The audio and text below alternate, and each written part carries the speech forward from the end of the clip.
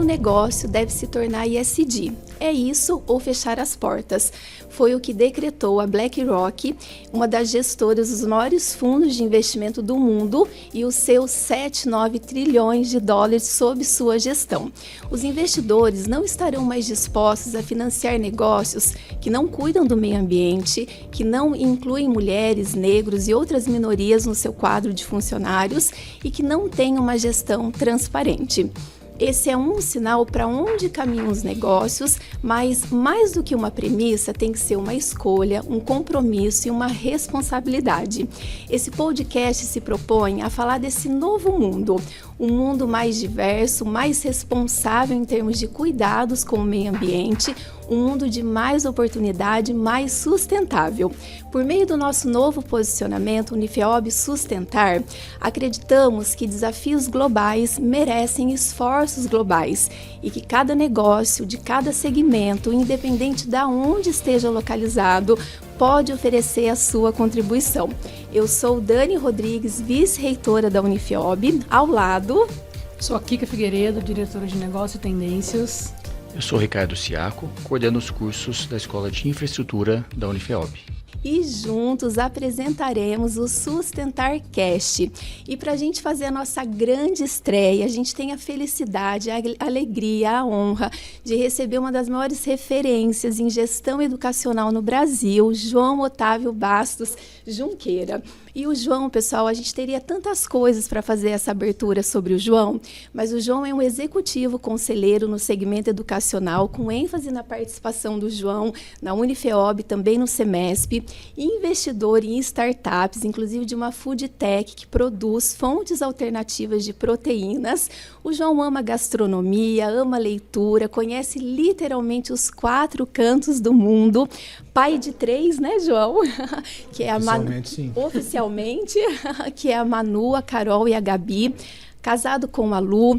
E, João, muitíssimo obrigado por aceitar o nosso convite. A gente está muito feliz de fazer essa estreia junto com você. Obrigado, Dani. Eu acho que é uma grande oportunidade a gente conversar um pouco sobre o tema e esse momento da Unifeob, né, que todos nós ajudamos a construir, cada um da sua forma, cada um do seu jeito.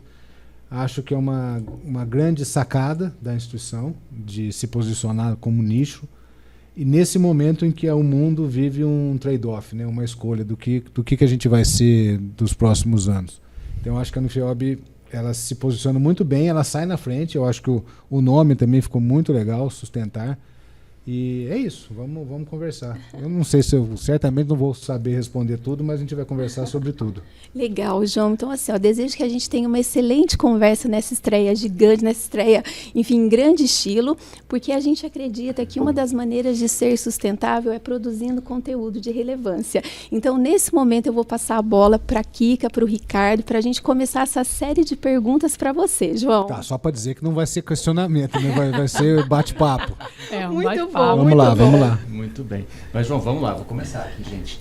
Imaginando um horizonte de tempo aí até 2030, não muito longe, né? Como é que você imagina que o mundo... Que mundo você imagina que espera por nós até essa data? O que você imagina de tendências que a gente deva ter, principais tendências para esse período?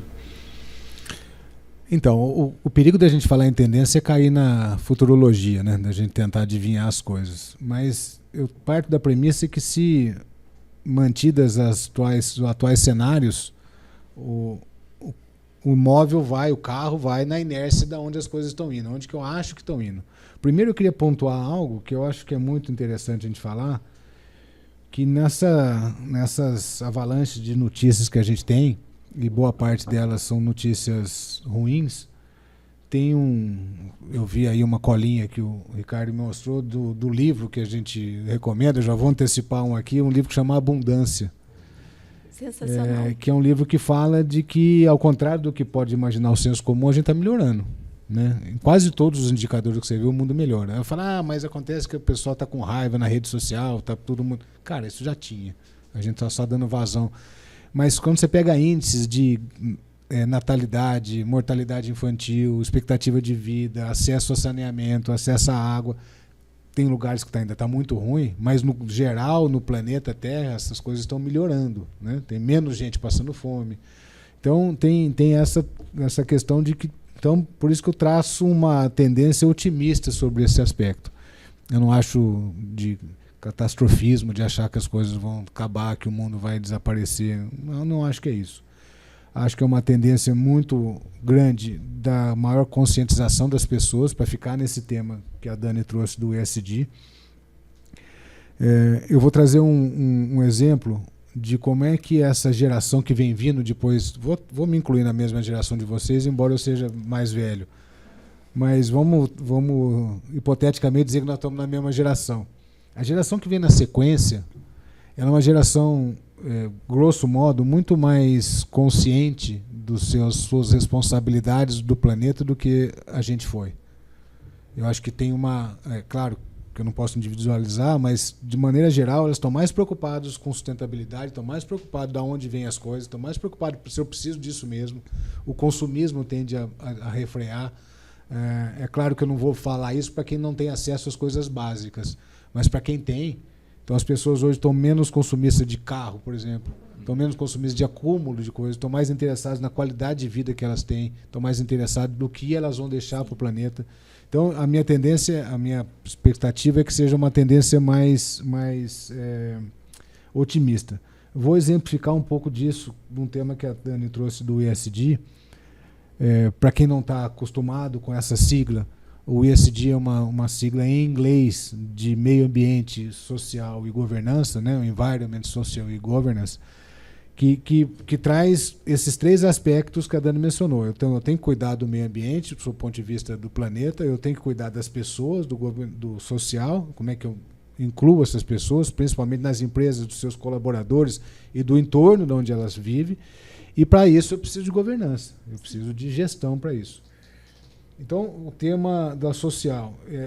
Há um tempo atrás, a gente precisava, aliás, para questões de pessoas com portadores de deficiência física, você precisa de lei para incluir essas pessoas no seu quadro de colaboradores. Tem um percentual, uma cota, né, que você tem que cumprir. E as pessoas ficavam muito incomodadas, do tipo assim, eu participei de várias conversas desse tipo. Cara, a função da empresa é dar lucro. Eu não preciso ficar contratando gente com deficiência, eu não preciso ficar contratando minorias como pessoas negras ou mulheres, ou LGBTQIA+, ou, sabe, é uma sopa que eu não preciso ficar contratando. O meu negócio é fazer dinheiro, dar lucro, recolho imposto, o Estado cuida disso. Era um tema que estava na mesa. Tem gente que defendia, tem gente que não. Hoje, essa geração que eu estava me referindo, que vem depois da gente, acha isso uma grande bobagem discutir isso. Porque elas não são antagônicas. Sim. Quando você traz diversidade, você aumenta o seu lucro. Você aumenta a sua perspectiva de entender o cliente, de entender os stakeholders que estão em volta da empresa. Então, quando eu trago alguém diferente, eu não estou fazendo benemerência, eu não estou fazendo favor, eu estou enriquecendo a minha empresa. E isso muda totalmente o mindset do tipo, não preciso de fazer isso para cota, para inglês ver, para propagar que eu tenho diversidade. Eu estou fazendo isso em meu próprio benefício. Porque é sustentável para todos, né, É João? isso. Então, muda o jeito, assim, eu não estou cumprindo uma cota, eu não estou fazendo um checklist assim, para ficar de bonzinho. Eu estou fazendo isso porque isso é lucrativo, porque isso traz benefícios para a empresa. Isso vale para uma série de outras coisas, de cuidar do meio ambiente, de cuidar do planeta. Não é para posar de bonzinho, embora exista ainda, é um tema que eu vou entrar depois, essa questão do social washing, né, que é o greenwashing, que é como você lava a sua imagem fazendo posar de bonzinho, mas nos bastidores você faz coisas erradas e daí você aparece. Mas isso é um tema para a gente conversar depois. João, deixa eu trazer uma curiosidade. O Google acabou de compartilhar uma pesquisa, né, o que torna uma equipe incrivelmente produtiva. Não é necessariamente você ter as pessoas mais inteligentes ou formadas nas melhores universidades do mundo, mas a primeira característica de uma equipe de alta performance é a diversidade. Exato. Pessoas com idades diferentes, de lugares diferentes, de gêneros diferentes. Então, todo mundo, homem, branco, cis, 50 anos, cara, vai pensar todo mundo igual. E a Google provou de maneira científica que quanto mais diversa for a sua equipe, maior serão os seus resultados. Mais produtivo vai ser o seu negócio. E de uma forma natural, né? Sem decretar que Sim. tem que ser assim ou... Mas porque já se tornou valor, né? É. Perfeito. Ô, João, a Dani trouxe um ponto aqui, na hora que ela estava te apresentando. Você é uma pessoa que viaja bastante, né? E na sua bagagem, nessas viagens, quais foram os aprendizados com relação à sustentabilidade que os outros países podem trazer para nós? Quando eu era reitor, aqui no programinha que chamava Na Bagagem do Reitor. Eu adorava verdade. fazer aquilo lá. Muito legal. Adorava fazer aquilo lá. Nossa, não via a hora de poder sair para poder gravar aqui, né? É verdade. Então, eu vi muita coisa que me decepcionou, do tipo países desenvolvidos que façam o que eu digo, mas não façam o que eu faço. Que esse é um ponto legal de falar, porque a gente acha que lá fora tudo acontece muito certinho. Não, né? não é assim. E vi muitos bons exemplos. Talvez um exemplo fantástico que a gente viu, que eu tive lá para ver, mas a gente viu isso também num relato de caso que o Oscar Motomura passou para a gente lá na Amana. Lembra do caso da Estônia? Sim. Legal. Que eles limparam o país em um dia, um final de semana, uma coisa assim. Esse é um exemplo fantástico. Os países nórdicos têm bons exemplos. Mas eu acho que a vida não permite atalho, né? Não tem como ser, quando a gente fala aqui na roça, não tem como atalhar. Né? Do tipo assim, cara, eu não posso pegar a Estônia, a Noruega, a Finlândia, a Suécia e trazer para uma realidade do Brasil onde a gente falta coisas básicas ainda, né? Desde saneamento até, às vezes, comida no prato. Sim. Então, não dá para a gente mirar aquilo lá e falar, putz, é aquilo lá que a gente quer, mas a gente esquece que tem séculos e séculos de história, e séculos de dominação, de colonização, de uma série de coisas, de feridas abertas ainda, a escravidão, uma delas, que a gente precisa fechar, a gente precisa construir como nação, como povo, para a gente poder chegar onde está. O que eu acho é que talvez o maior ensinamento que eu trago dessas visitas, de tudo que eu vi, é que nada substitui a ação. Nada substitui o exemplo. Verdade. Nada substitui isso. Não adianta você ficar escrevendo regra, não adianta você ficar pondo coisa se você não faz. Sim. Nada substitui isso. Então, isso vale para país, vale para instituição, vale para tudo.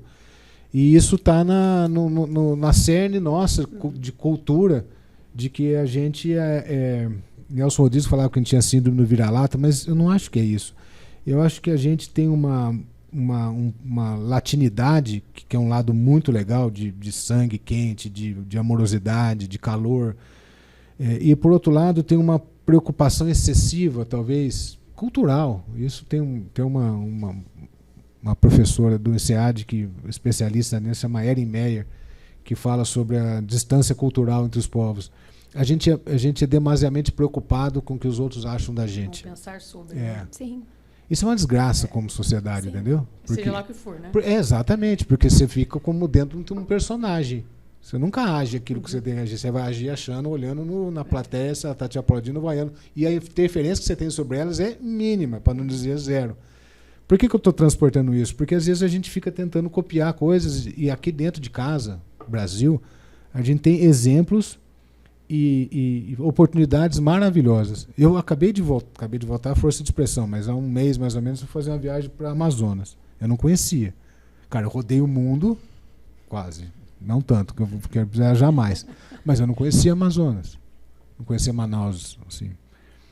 Uma exuberância, uma explosão de vida, de natureza, em contraste com Manaus, que é uma cidade suja, poluída, sem árvore. Falei, como pode? Como assim? Não encaixa, né? Como assim? Quer dizer, fruto da desocupação desordenada, da ocupação desordenada, do crescimento não planejado, da falta de educação e cultura do povo, de uma série de chagas que eu mencionei atrás. Mas do lado, dentro da Amazônia, tem essa cidade que eu achei muito precária mesmo. Talvez eu estava com uma expectativa muito grande. Mas um povo maravilhoso, um povo amável, um povo carinhoso, um povo culto, um povo orgulhoso das suas raízes, dentro de um ecossistema exuberante. O Rio Amazonas é um negócio mesmo, não é possível um negócio desse. E da floresta, de tudo. Então, esse contraste essa contradição que a gente tem que superar, né? Como é que a gente apaga tudo isso sem, voltando à tua pergunta, sem pegar atalho, né? Sem fazer, não dá para tropicalizar as coisas que os países fizeram lá fora. Mesmo porque eles fizeram muita coisa errada também, né? E aprenderam, né? Não adianta que a gente ficar culpando. Mas eu acho que a gente tem uma oportunidade muito grande nesse século que está iniciando de se posicionar como um país que faz da sua biodiversidade uma força econômica para o bem do seu próprio povo. Eu acho que esse é o nosso grande desafio e oportunidade. Ô, João, a gente tem percebido muito, inclusive internamente, né, quando a gente olha a Unifeob Sustentar, que muita coisa está envolvido com as pessoas entenderem sobre o assunto. Né? O posicionamento ou não sobre determinado assunto tem muito a ver com o que ela aprendeu sobre ou o que ela não aprendeu sobre. E aí um dos temas que a gente trouxe para conversar um pouquinho aqui é a questão do ESG, que você já falou, definiu, mas com relação à sustentabilidade. Né? Como é que a gente consegue diferenciar de forma simples e objetiva para as pessoas, né? O que é a vertente do ESG, o que é a sustentabilidade? Eu não sei se eu consigo explicar isso, mas eu vou tentar. Assim, para mim, a diferença está aqui. Quando eu trago o ESG, na verdade, eu estou colocando mais 2 letrinhas nesse negócio da sustentabilidade. Vamos imaginar que a sustentabilidade, como a gente conhecia, era o E do ESG. Nós estamos falando de meio ambiente, né? Então ficava a sustentabilidade. E muita gente erroneamente acha que isso é abraçar árvore, né? Que é ficar fazendo yoga no Machu Picchu. Nada contra, mas assim, não é isso. É algo mais. Quando eu trago o ESG para dentro da empresa, eu trago 2 aspectos. A preocupação com o meu semelhante, com a pessoa que está do meu lado, quer seja funcionário, colaborador ou gente que está no meu entorno, e o entorno é proporcional ao tamanho da tua força, né? Pode ser a tua rua, mas pode ser o teu estado, o teu país.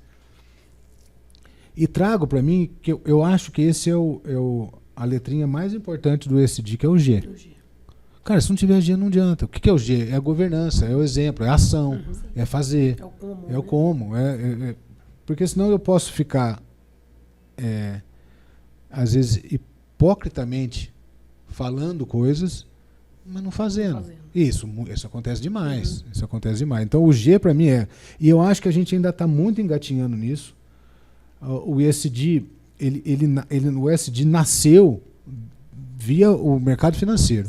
O mercado financeiro para dar uma aquecida e uma... e uma limpada na barra, entendeu? Cara, eu vou criar esse negócio aqui, porque como eu estou financiando muita coisa que eu acho que não vai bem, contra, né?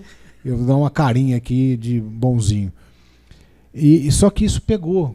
E eu achei legal isso. E essa informação que a Dani trouxe da BlackRock, de que não vai ter negócios, eu acho que é por aí mesmo. Não sei quanto tempo vai demorar. Mas vou abrir só um parênteses para o seguinte: tem uma coisa que está faltando nessa história toda que eu acho que o mercado vai dar conta. É quem diz que você faz o ESG. Como mensurar? Isso é autodeclaratório? Isso é certificável? Como que isso é reconhecido? Como é que você fala? Eu falo o que eu faço, mas quem disse que eu faço mesmo aquilo que eu falo? Né? Exato. Então tem algumas iniciativas, tem uma economia B, né, que trata disso, é uma certificação, mas era autodeclaratória. Tipo, eu sou assim, eu faço isso, tenho essa responsabilidade. Mas quando você vai para médias e grandes empresas, que muitas vezes já tem fundos que tem no seu compliance cláusulas que não permitem que você faça investimentos se não tiver alguns checklists de ESG, quem diz que tem? Porque ESG, na verdade, se você for ver, é um balanço social atualizado. Né? Eu sou bonzinho, eu faço isso, tá bom, mas você faz?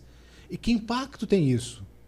Eu sou bonzinho porque eu distribuo pirulito no final do ano para todos os filhos de funcionário. Tá bom, legal, mas e o que você muda isso, né? Do seu ponto de vista da sociedade? Tá perfeito, João, até porque os balanços puramente financeiros, eles tendem a ser auditados. São auditados. Não necessariamente os sociais. Então eu posso colocar várias coisas ali. Quem diz que eu faço realmente o que eu estou falando, né? Então eu acho que a gente vai amadurecer. Eu acho que pode ser que futuramente tenha uma outra letrinha no ESG aí. Sim. Talvez uma letrinha, outro E de econômico, né? Que impactos isso traz para mim? Para a economia. Para a economia, para a economia da empresa e para a economia da sociedade. Sim. Eu acho que isso vai aguçar mais ainda essa visão sobre a importância desses temas, porque o que move o mundo é o dinheiro. Follow the money, não é isso? Siga o dinheiro. Então, se as pessoas começarem a ver que esse negócio faz sentido do ponto de vista financeiro, cara, todo mundo vai aderir. E não é ruim, é um jogo de ganha-ganha. Eu faço um negócio legal e ganho dinheiro com isso.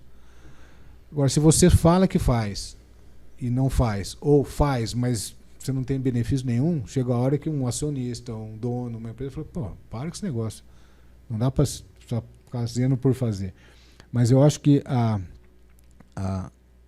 a questão financeira vai ser consequência disso e ao mesmo tempo vai ser o chamariz. Mas o que você perguntou mesmo? Eu me perdi. Quais seriam... Não, na verdade está ótimo. Abriu parênteses, não fechei nunca. Não, mas está legal, que eu acho que é um tema que as pessoas têm um pouco de dificuldade. Entendi. Mas a gente diferenciar o ESG da questão da sustentabilidade, né? Eu acho que trazer essas outras coisas. Né? Mas, assim, no meu entendimento, a sustentabilidade ela é um resultado até do ESG. Não tem como desmembrar, né? Uhum. Então, acho que é esse o caminho. A gente vai ter que trabalhar as duas vertentes juntas. Uma outra coisa que você falou, a questão do entendimento que as pessoas têm sobre isso. Têm sobre isso.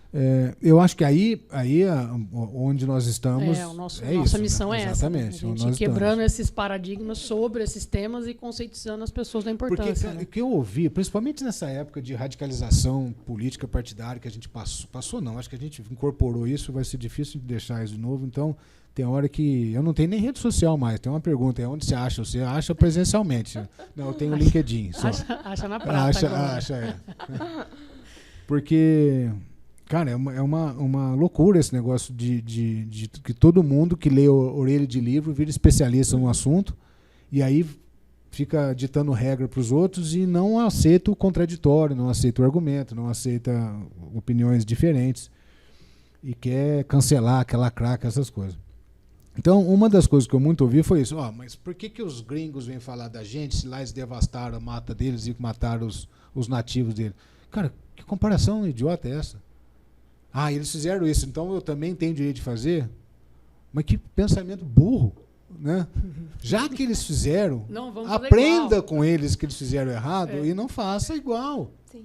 Esse é o jeito de pensar. E não falar assim, eles fizeram, então. Vou fazer também. Como se as condições culturais, econômicas, sociais do século XVIII, XIX fossem iguais agora. Então os caras tinham aquela cabeça que agora se mostrou errado, equivocado. Então, da mesma forma, você vai fazer diferente? Não faz sentido. Os caras queimavam lenha para colocar no vapor para rodar a máquina movida a vapor.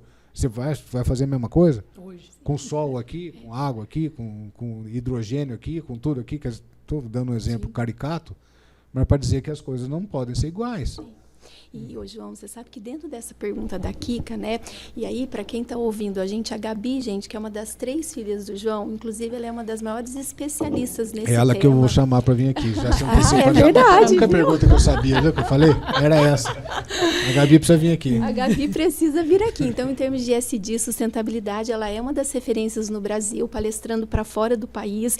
E eu tive uma participação com a Gabi numa palestra que ela deu sobre isso. Ela me falou uma coisa que me marcou muito, sabe, Kika? Ela falou assim, olha, a gente precisa entender que sustentabilidade é maior do que ESG. E quando que sustentabilidade se torna maior que ESG? Quando dentro das empresas, por exemplo, o ESG não vai ser um comitê. O ESG não vai ser uma área, o ESG não vai ser a responsabilidade de uma pessoa, mas vai ser uma cultura, vai ser um valor naquele lugar. E realmente esse é um bom caminho, né? Bacana. Boa. Muito bem. Gente, vamos falar um pouquinho da nossa área aqui de educação. Boa. Como é que você imagina que é a nossa responsabilidade como educadores nesse mundo, nesse foco? Eu acho que a gente começou bem, né? Esse posicionamento da FEOB tratando desse tema e um pouco do que a Kika falou na conversa anterior.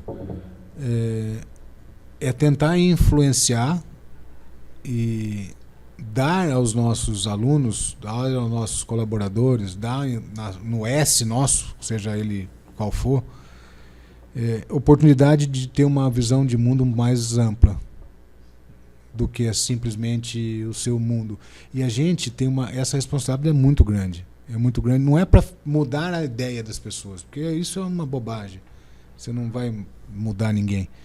Mas você pode dar para ela visões, cenários de mundo, oportunidades de enxergar outras coisas para que ela sim possa eventualmente ampliar a sua visão, mudar a sua visão. Então, eu acho que esse tema de sustentar aqui, eu estava dando uma olhada da abrangência que tem isso, que vai de educação, trabalho, parcerias, pesquisa, enfim, uma série de coisas que está no escopo aqui da Unifeob, é ampliar a visão de mundo deles. O que está acontecendo no mundo? Quais são as coisas erradas ou casos bem-sucedidos que estão sendo feitos? O que é sustentabilidade para você? Às vezes a pessoa, por sustentabilidade, é reciclar o lixo da casa dela. Está ótimo, é uma visão. A outra é como é que a gente adere às nossas ODS da ONU e a gente transforma um país por causa disso. Sabe, eu acho que é tão amplo que ela tem um perigo de ser genérico demais, mas ela tem a oportunidade da gente sair dos nossos mundinhos, né? Eu recentemente vim fazer uma palestra aqui para o curso de farmácia da FEOB, convidando os alunos a conhecer um pouco desse empreendimento novo que eu estou fazendo, que aliás nasceu daqui, uma spin-off da Unifeob, que é essa biofábrica de proteína de inseto. Vou vender o peixe aqui porque eu acredito nisso. Não é para a gente transformar a proteína que a gente come do boi, do frango, do peixe em inseto. Não é isso. É como é que atitudes como essa começam a trazer para as pessoas, peraí, deixa eu sair da minha casinha e o que está acontecendo? Por que esse cara está falando de proteína de inseto? Parece que não está faltando proteína para mim. Será que para você não está? Como é que está para o mundo? Sim. Como é que seria se o mundo inteiro pudesse comer bife de boi? Caberia no mundo? Cabe. Quanto de água a gente precisa? Aqui não é trocar. Eu sou carnívoro desde que eu era amamentado ainda. Eu adoro isso. Mas assim, essa consciência de que será que esse estilo de vida, vai caber para os 8 bilhões de pessoas, 9 daqui a pouco? Será que é sustentável, né, João? Será que para em pé? É uma visão muito além do que a gente imagina. Que alternativas a gente tem para isso? Para uma população que não para de crescer. Até porque a gente tem visto, né, que o que a gente tem tentado é o máximo de produtividade, seja lá da pecuária, da agricultura, mas que ainda assim, lá em 2050, vai faltar. Aí, se a gente não criar fontes alternativas, a gente vai ter que morrer na praia, né? Porque então, acho que terra e água são bens finitos. Então, uma hora acaba.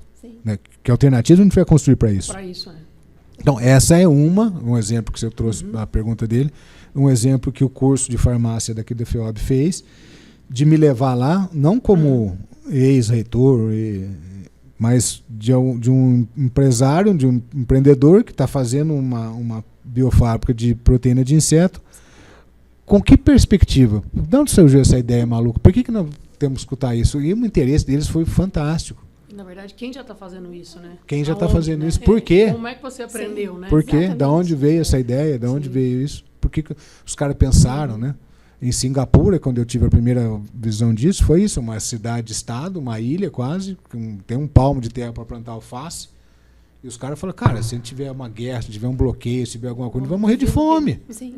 Cara, a gente precisa fazer nossa comida aqui. Como é que a gente vai fazer comida aqui? A proteína vai vir daqui. Perfeito.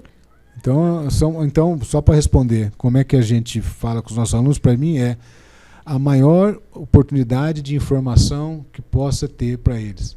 E a gente precisa confiar no poder de discernimento, de livre-arbítrio desses alunos que orbitam no FIOB, que são gente muito guerreira, muito forte, muito batalhadora, muito inteligente, e que às vezes falta a oportunidade de conhecer coisas que eles não conhecem.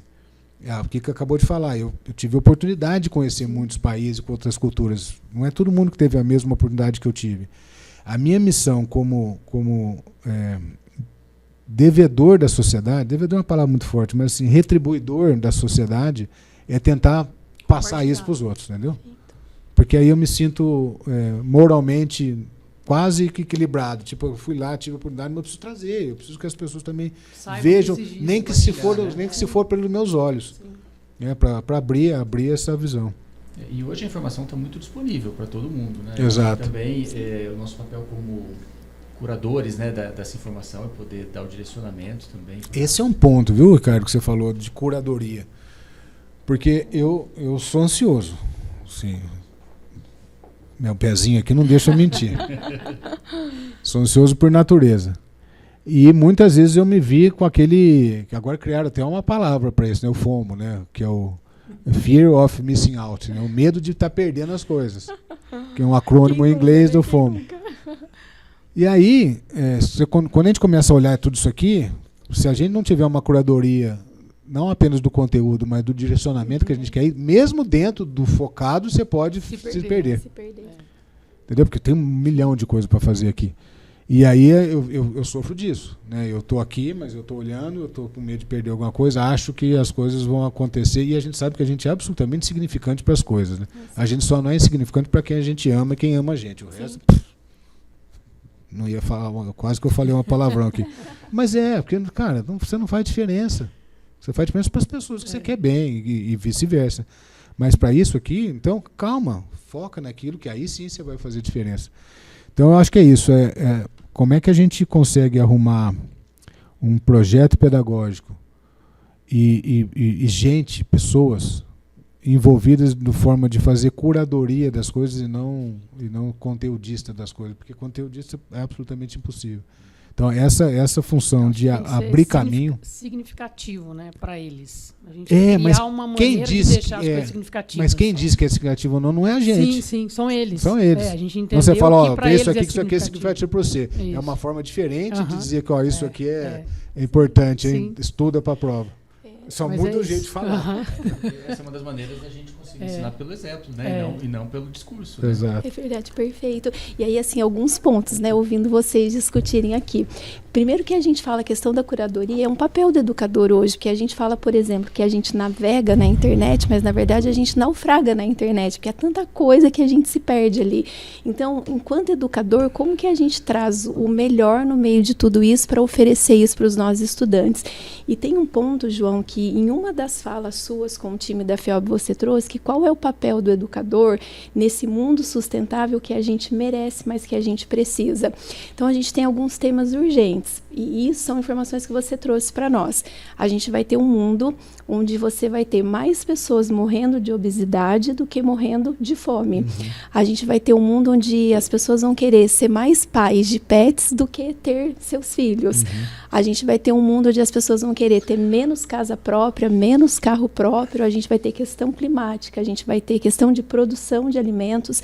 Como que a gente traz esses temas urgentes dentro dos currículos das faculdades, das instituições, para preparar essa geração para tudo isso, para essas novas demandas, né, João? A gente precisa atualizar esses currículos. A gente vive numa nova economia. E muitas vezes eu me pergunto o quanto esses temas urgentes estão presentes dentro das escolas. Será que a gente está falando, por exemplo, em Rancharan da vida, em Jeff Bezos da vida, em Monja Cohen da vida, ou será que a gente continua falando de Chiavenato e afins da vida? Então, essa atualização de currículos é um ponto que a gente precisa realmente se atentar, né, João, enquanto educador. É isso mesmo. E aí, João, você viaja muito, você por si só é inspirador, e a gente queria te perguntar, em termos de sustentabilidade, em termos do que é ser sustentar, um case que te inspira, João? De empresa, de pessoas, de país, não sei. Vamos falar um case de educação que te inspira, em termos de sustentabilidade? Acho que o modelo educacional público finlandês. A Finlândia é um país gelado, cercado de russos por todos os lados, cercado de russos porque os russos já invadiram, já ameaçaram, eles vivem sob pressão da Rússia. E agora com a guerra da Ucrânia, então, os caras estão... Eu sei disso bastante porque tem um amigo meu, um colega veterinário, que mudou-se para lá, fez família lá, mora lá na Finlândia. E eu fui visitá-lo, inclusive. E eles falaram, cara, o que a gente vai fazer? Na esquina do mundo, na terra do Papai Noel, né, Lapônia fica lá, cercado de russo, clima inóspito, gelado quase o ano inteiro, com poucos recursos naturais, que eles tinham lá, eles tinham excelência em madeira. Eles são referência em celulose. Eram, né? E eles fizeram uma revolução, que a gente pode falar de Coreia, pode falar da Espanha, pode falar dos países, mas a Finlândia me chamou muita atenção. Porque, além de transformar a sociedade, eles fizeram da educação um produto de exportação. Então, assim, a nossa pauta de exportação vai ter que ter serviços. Nesse serviço a gente vai ter educação. Então a educação vai ser vai estar no nosso comércio exterior. Além de, obviamente, revolucionar a sociedade. Sim. Então depois vieram empresas finlandesas de ponta, de base tecnológica. Mas eles revolucionaram a forma de fazer, valorizando o professor, valorizando os espaços, valorizando o aprendizado significativo, não conteudista. Massa, né, João? Então, talvez esse caso me inspire. Mas o que isso tem a ver com o ESG? Cara, a consciência dessa população, quando ela tem acesso a informações, a cultura que a gente estava falando há pouco, muda tudo. Muda tudo. Você não precisa ficar doutrinando ninguém, não precisa ficar falando, colocando isso aqui é reciclado, isso aqui não é reciclado, espalhando lixo, não precisa ter varredor de rua. É um negócio que tem nada a ver, mas tem. Faz sentido uma sociedade pagar gente para varrer rua da sujeira que a gente faz? Verdade. Cara, não faz o fazer, menor né? sentido um Não negócio deveria desse. Não deveria fazer. Com todo respeito à profissão, Sim. e são muitos outros, porque a gente é mal educado nesse aspecto. Então a gente vê nas estradas, os canteiros das estradas, tudo cheio de lixo, cheio de garrafa PET, de papel, de lata, de lixo, de bituca, de tudo. Acho que a única coisa que valeria ter uma limpeza na cidade era das limpezas orgânicas, né? Sim. Da folha que cai, tudo bem. Aí tem alguém lá para ajudar. Mas não limpar a sujeira que outra pessoa está fazendo. Calçada, Né? você deveria limpar tudo Sim, isso, inclusive, na tua rua, então, do senso de comunidade, né? Mas então lá não tem isso. Não é que alguém limpa, é que não se suja. Não se suja. Então, como é que a gente explica isso para alguém que talvez ele não faça de maldade? Sim. É isso que eu estou querendo linkar com a educação. Não foi aculturado para isso. Então, quando você traz desde a criança conceitos de sanidade, conceitos de limpeza, conceitos de sustentabilidade, conceito de comunidade, de bem comum, aquilo que você está jogando fora, você está sujando o que é teu, e você está pegando o dinheiro que você paga de imposto para limpar aquilo que você sujou, quando esse dinheiro pago por você podia ser usado em benefício de outras coisas. Então, é um exemplo banal, mas é muito didático isso, né? Por que a gente precisa de limpador de rua, de sujeira, pagando tubo de grana, é caro, para a gente limpar a sujeira, literalmente, que você fez.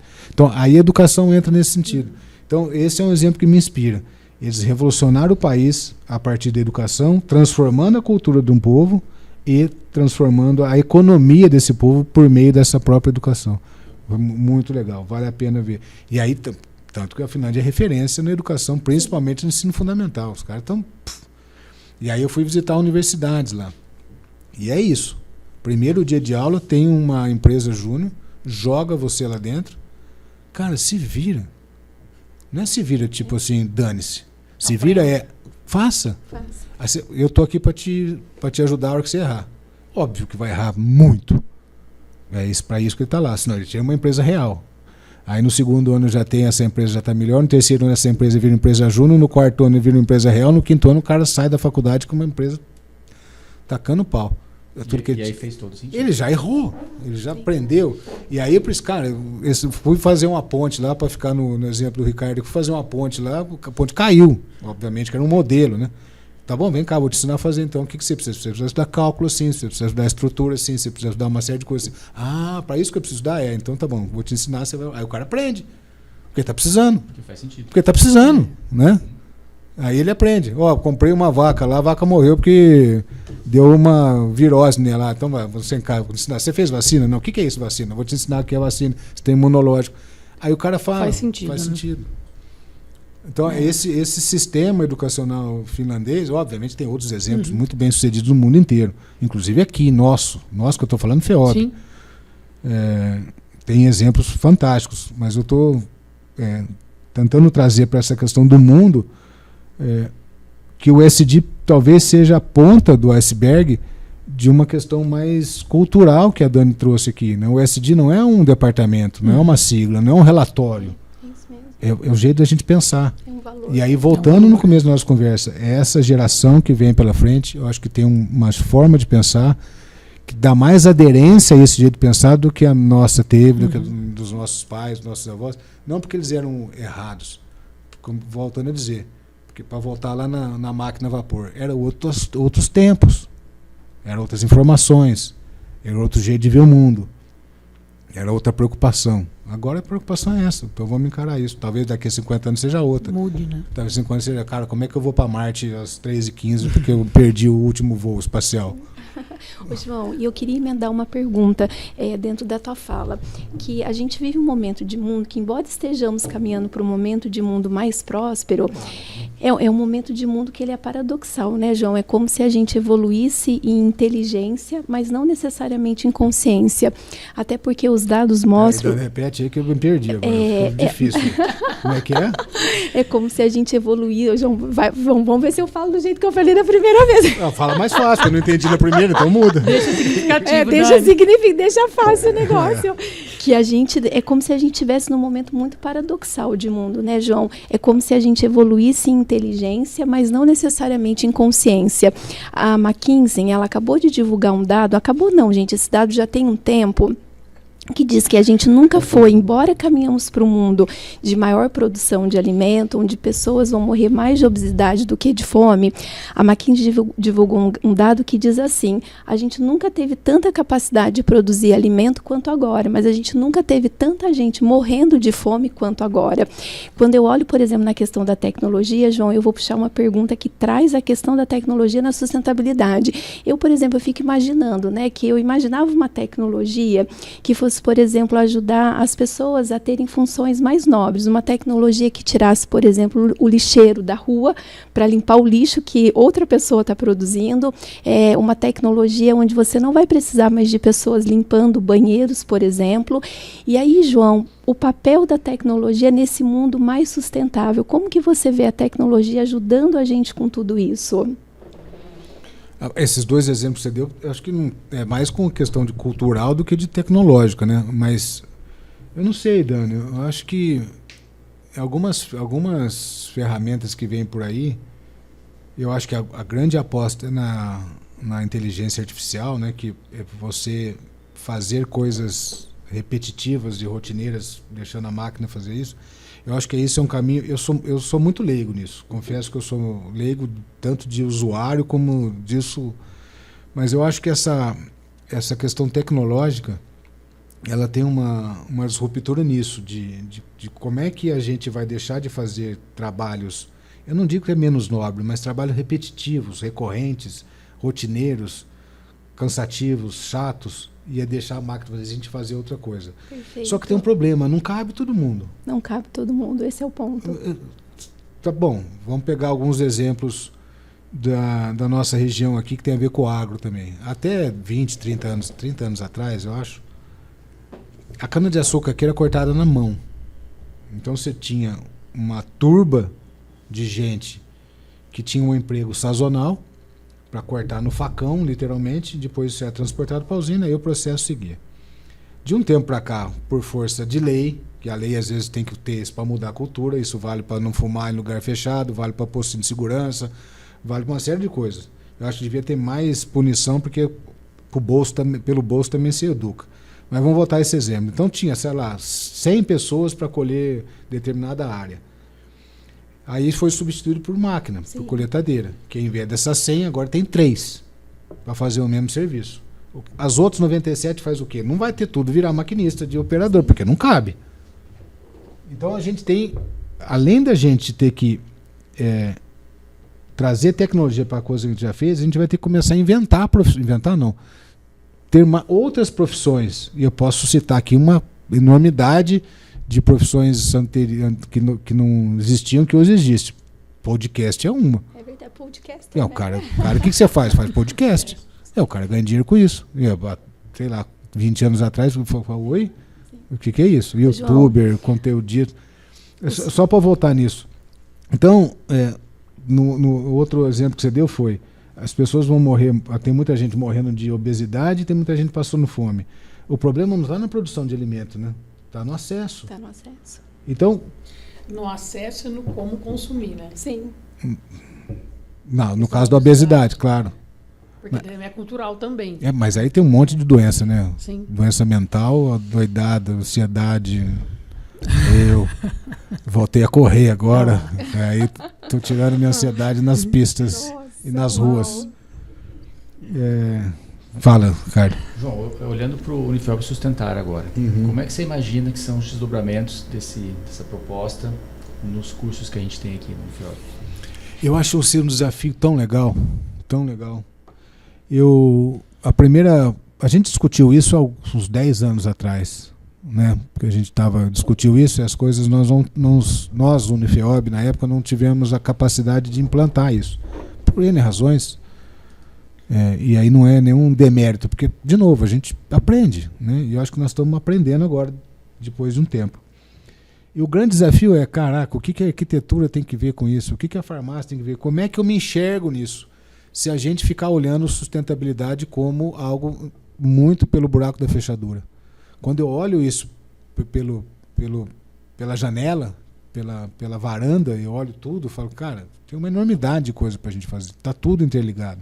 Eu acho que o problema no futuro vai ser escolher o que fazer, para não virar também um mar de coisa. Então, a minha visão, e aí eu não sou educador, nunca fui educador, eu sou um veterinário de formação que virou um gestor educacional por circunstâncias da vida e fui me capacitar para isso.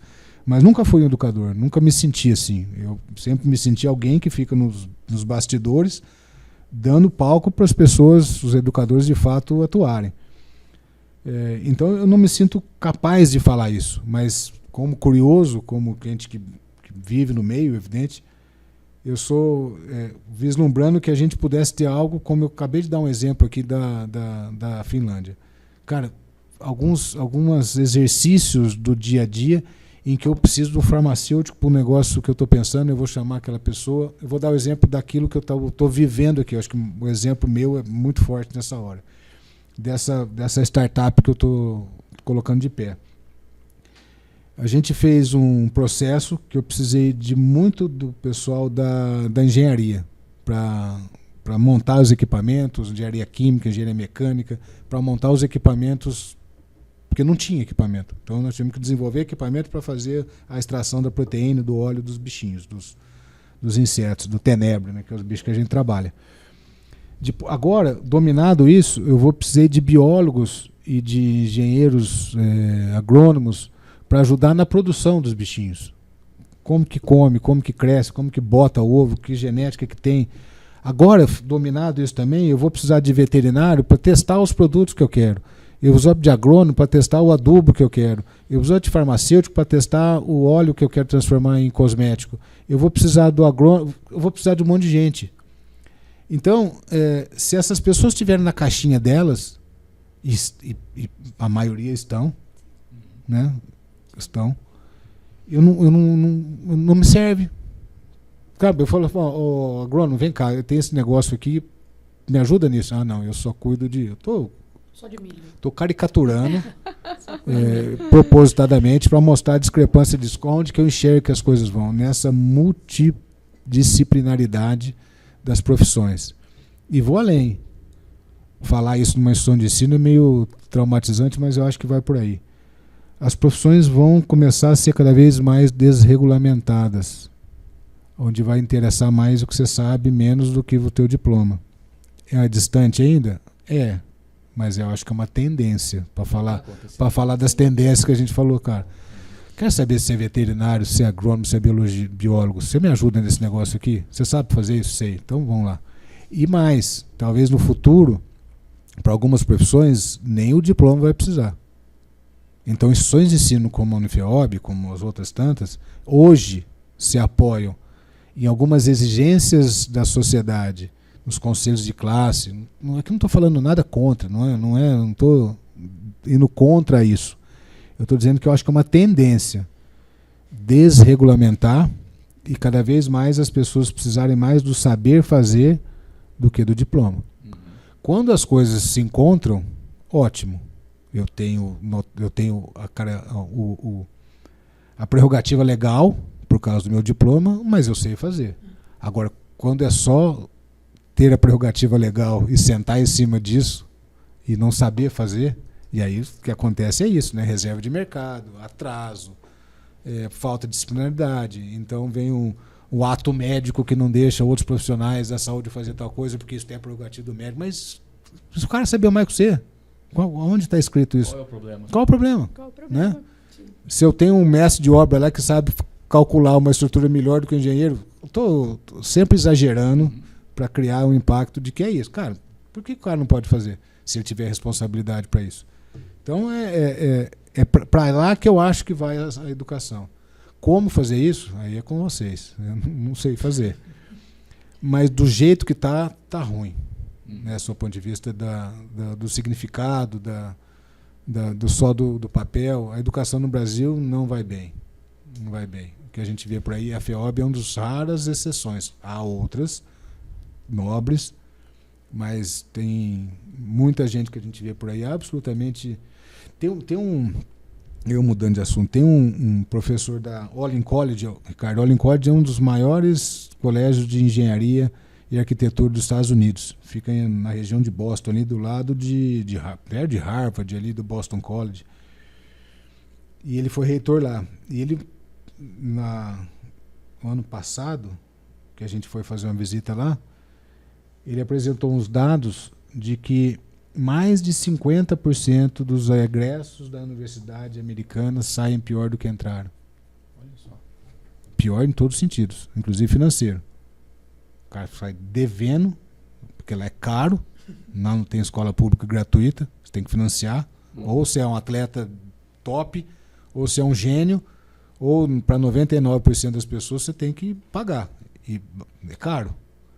E muita gente não tem, então financia. Se endivida. Se endivida. Com a esperança de que quita quando sai de lá. Não quita, porque o diploma não trouxe para ele o saber fazer que a sociedade reconhece. Se a sociedade não reconhece, não remunera. Se não remunera, ele não ganha dinheiro, ele fica pior do que quando ele... O diploma não garante nada. Não garante nada. Exatamente. Ou seja, calibrar o olhar, né? Pensar um novo olhar, de repente, para aquilo que realmente é importante na educação. Né? E eu acho que a gente aqui tem pensado nisso há muito tempo, né? Eu acho que a gente está dando bons passos. Às vezes é preciso parar, dar uma molada no machado de novo, dar rever e de novo. Mas eu acho que esse do FEOB Sustentar é um exemplo disso, né? Legal. João, a gente está quase caminhando aqui para a finalização desse podcast, dessa conversa maravilhosa. E em uma das suas falas, você trouxe a questão do poder do exemplo, né, João? Isso tem a ver muito com a questão da liderança. Liderança é exemplo. Tem como ser sustentável sem uma liderança sustentável? Qual é o papel da liderança nessa construção de consciência? O exemplo, né? O poder do exemplo. Não tem. Não acredito.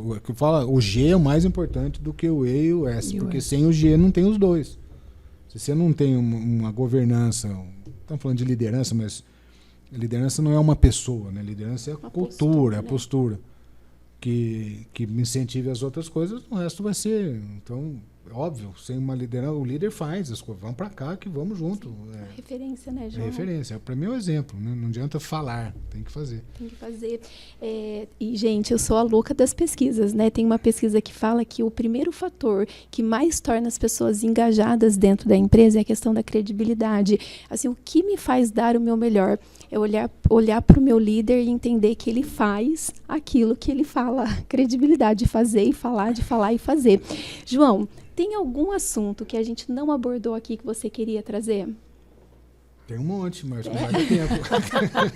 Não, isso significa que você volta, João? Eu acho que tem muita gente na fila ainda, antes de eu voltar a pegar outro prato. João, então... Sabe aquela coisa do restaurante? Calma. Entendi. Fica olhando, só o primeiro que eu repetir, eu repito. Então, João, primeiro assim, te agradecer. Não, mas tem outras perguntinhas que eu quero reforçar. Quem que você quer vir aqui? A Gabi. Então vamos lá. Então eu já ia começar... É a única que eu sabia, eu preciso falar duas vezes. Ok, João, a pessoa que você traria seria a Gabi. A Gabi. Muito bom, gente. De novo, a Gabi é uma especialista, e é nepotismo referência. puro mesmo. Declarado. A Gabi é extraordinária. área, João, que delícia. Gabi, você já está convidada, então. E tem nosso outra, convite a Carol aqui. também é boa para trazer também, falar de cultura aqui disso. Viu? Então, a Gabi e a Carol já são as nossas próximas super convidadas. E, João, deixa pra gente a indicação de um livro, de um podcast, de um TED Talks, enfim, sobre esse assunto. Eu não consigo pensar nisso, mas eu consigo pensar naquilo que eu estou lendo. Então, eu estou lendo um livro agora, aliás, são 3 livros, chama Escravidão, do Laurentino Gomes. Não sei se vocês já viram. Cara, é um livro, assim, expõe todas as nossas chagas e feridas da sociedade. E talvez aí a gente entenda muita coisa que a gente tem hoje. Ele começa a contar de escravidão desde, sei lá, dos egípcios, e vem fazendo um recorte histórico da sociedade mundial, até chegar na África, até chegar na caça dos negros africanos, trazendo para o Brasil. E que impacto isso teve na nossa sociedade. Eu não cheguei até o fim ainda, mas isso vai desdobrando até os dias atuais, como essa chaga está aberta e como a gente não consegue resolver isso, e por causa disso é uma sociedade que é uma escravocrata, uma sociedade preconceituosa. Obviamente, quando as pessoas falam isso, você fala, mas eu não estou falando de você, eu estou falando do contexto que a gente vive, dessa questão estrutural. Isso vale para homossexual, isso vale para a liberdade de escolha religiosa, isso vale para uma série de coisas. Então, a partir dessa visão de sociedade, de novo, talvez a gente comece a entender como é que pode ser, às vezes, difícil a prática do ESG, tratar do meio ambiente, tratar das pessoas, tratar da governança, sem entender o para trás-mente, como diria o Dorico Paraguaçu. Porque se a gente entendeu para trás-mente, a gente consegue chegar onde a gente quer agora, que são temas como esse. Como eu falei para o Ricardo outra vez, não dá para taiar, né, de querer ser uma Noruega o ano que vem. Mas se a gente, como educador, não tiver essa visão de mundo, essa visão histórica, de sociedade, a gente não consegue trazer para eles esse significado. Senão a gente vai virar papagaio de pirata repetindo. Então, só para ficar nesse exemplo, tinha um monte de livro, mas esse que eu estou lendo agora está me impactando muito de me dar consciência de como eu, um homem cis, hétero, branco, bem estabelecido financeiro e socialmente, que visão de mundo que eu tenho e qual a minha responsabilidade nesse mundo.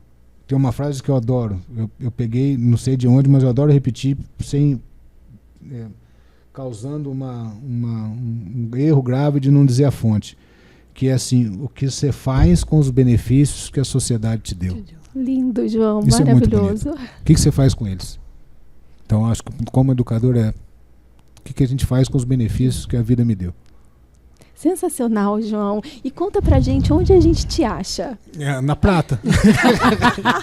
Na roça. Prata, em Aguaí, que você acabou de receber o título de cidadão agora de Aguaí. Sou natural de São João, com cidadania de Pinhal, Prata e Aguaí, que muito me honra e muito me orgulho. Parabéns, então, mas João. Nas redes sociais eu estou no LinkedIn. Legal, lá João. Vocês me acham, só também. E no LinkedIn o João é super ativo. Eu gosto, lá eu gosto. Até menos haters. Muito bom. Ô, João, uma mensagem final sua pra gente, por favor. Eu acho que estar no ambiente que eu estou, que obviamente que eu tenho ligações afetivas, históricas, familiares, de tudo aqui na Unifiob, pela minha própria história foi construída aqui durante décadas que eu fiquei como reitor e como diretora veterinária, e toda a trajetória que eu fiz aqui dentro. Eu acho que tem um desafio muito grande de se reinventar. Não apenas da Unifiob. A Unifiob Sustentar pode ser um ariete para isso, pode ser um caminho para isso, mas não colocar todas as fichas não colocar todos os pesos no ombro desse programa, porque ele por si só não é capaz de fazer isso se não houver uma mudança de mentalidade daquilo para que serve a educação, de como é o nosso papel na educação. Isso vale para os nossos professores, funcionários, colaboradores, diretoria, reitoria, todo mundo. É um desafio muito grande, mas eu acho que a gente tem gente à altura de responder esses desafios. Porque o resto a gente faz. Sim. Sabe, um prédio a gente faz, agora gente que nem está aqui nos bastidores, pessoal da aldeia, pessoal da FEOB, vocês, a gente tem gente para isso.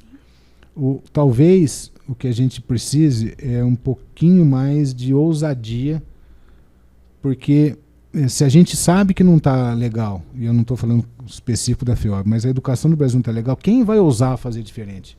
Quem vai arriscar? Verdade. Às vezes precisa arriscar. E para terminar, Uma vez me perguntaram assim, eu sou muito empreendedor, já errei muito, já tive transportador, restaurante, posto de gasolina, um monte de coisa, paralelo à minha vida, mas tinha um dark side of the moon, sabe? Tem um lado negro, que é onde eu empreendia a fazer essas coisas, algumas coisas deram certo, outras coisas deram absolutamente errado. E aí as pessoas falaram assim, mas isso é ousadia, isso é coragem. Eu falei, não é. Tem uma coisa que eu tenho consciência disso, e ter consciência ajuda. Eu nasci numa família que nunca passei necessidade, do ponto de vista material, financeiro. Nunca fui, sempre precisei trabalhar. O trabalho para a gente é um valor. O trabalho para a gente não é só um negócio de grana, é valor. Mas eu tinha uma família estruturada, do ponto de vista financeiro, que eu enxergava uma rede lá embaixo. Então isso me permitia dar alguns flips mortais no trapézio, sabe? Porque nunca precisei. Mas eu olhava e falei, cara, se eu cair, eu não vou esborrachar no chão. Se eu quebrar, eu não vou morrer de fome. Minhas filhas não vão ficar sem lar. Trazendo para a realidade da FEOB, cara, qual risco a gente tem de dar errado as iniciativas que tem? A não ser que a gente fique preocupado com o que os outros passam da gente. Verdade. Naquilo que a gente falou lá atrás. Cara, o resto, por que a gente não ousa? Dá uns flips mortais aí, cara. Tem rede lá embaixo. Ninguém vai esborrachar, não. Ao contrário. Se você conseguir dar o flip mortal, todo mundo vai te aplaudir. Se você cair, vai te aplaudir também, alguém porque você tentou. Também lá embaixo. Parabéns. Quando o trapezista cai na rede, alguém vai a ele? Não, tu bate palma, porque o cara tentou fazer alguma coisa difícil. Então, transportando para aqui tem rede. Tem rede. Ouso. Tem gente que não tem rede. Aí o cara fica, pô, não dá para ir, não tem rede. E de fato eu reconheço que não tem rede mesmo. Então os caras precisam construir a rede para depois dar o flip mortal. Agora a gente tem rede. Então, acho que fica isso. Isso vale para essa questão do ESG. Acho que as empresas vão começar a fazer isso por uma questão de consciência, por uma questão financeira. E o desafio vai ser quem é que vai dizer se elas fazem ou não. Quem sabe aí também não pode ser um serviço da própria Unifeob. Perfeito. João, a questão é, vai lá e faz. Coragem. João, olha, muitíssimo obrigada, de coração. Que delícia ser aqui com a gente. Então, a gente vai ter Carol, a gente vai ter Gabi, mas se Deus quiser, daqui a pouco a gente tem o João de novo. Kika e Ricardo, agora, né, a palavra aí para vocês, para uma... João, super obrigada. Pra gente é sempre um aprendizado estar conversando com você. Foi uma conversa de 1 hora aqui, mas que passou assim. Que delícia. Acho que bastante coisas que nos interessam. Então a conversa ficou leve, gostosa e tenho certeza que todo mundo vai gostar. Obrigadão. Pois é. Gente, acho que agradecer ao João por estar aqui com a gente, né, João? Mas a todo mundo que está aqui com essa iniciativa. A Dani aqui, que enfim, todo mundo está aqui por trás das câmeras aí ajudando, porque... como a Kika falou, é um momento muito prazeroso estar aqui, a gente aprende muito, eu pelo menos aprendo muito com essas conversas, e eu acho que se a gente conseguir transmitir isso para mais gente, está cumprindo o nosso papel, um pouquinho do nosso papel. E que fique claro que em 15 dias colocamos no ar, né? Oba, é verdade. Foi algo muito rápido. Vida longa ao Sustentar Cast. Isso aí. Olha só, então o nosso agradecimento para todo mundo que vai conferir essa nossa estreia do Sustentar Cast, deixar o nosso agradecimento especial para todo mundo que tornou isso possível, o pessoal da aldeia, o pessoal do marketing, o Rafa está aqui acompanhando a gente, e o Unifeob Sustentar passa pela premissa que uma das maneiras de ser sustentável é gerar conteúdo de relevância. Conteúdos de relevância, ideias relevantes merecem ser espalhadas. Então, a gente encerra esse Sustentar Cast com um agradecimento muito grande para o nosso querido João, nossa referência de sempre para sempre, e também com o pedido da gente espalhar esse primeiro podcast para o maior número possível de pessoas. Muito obrigada e até o próximo.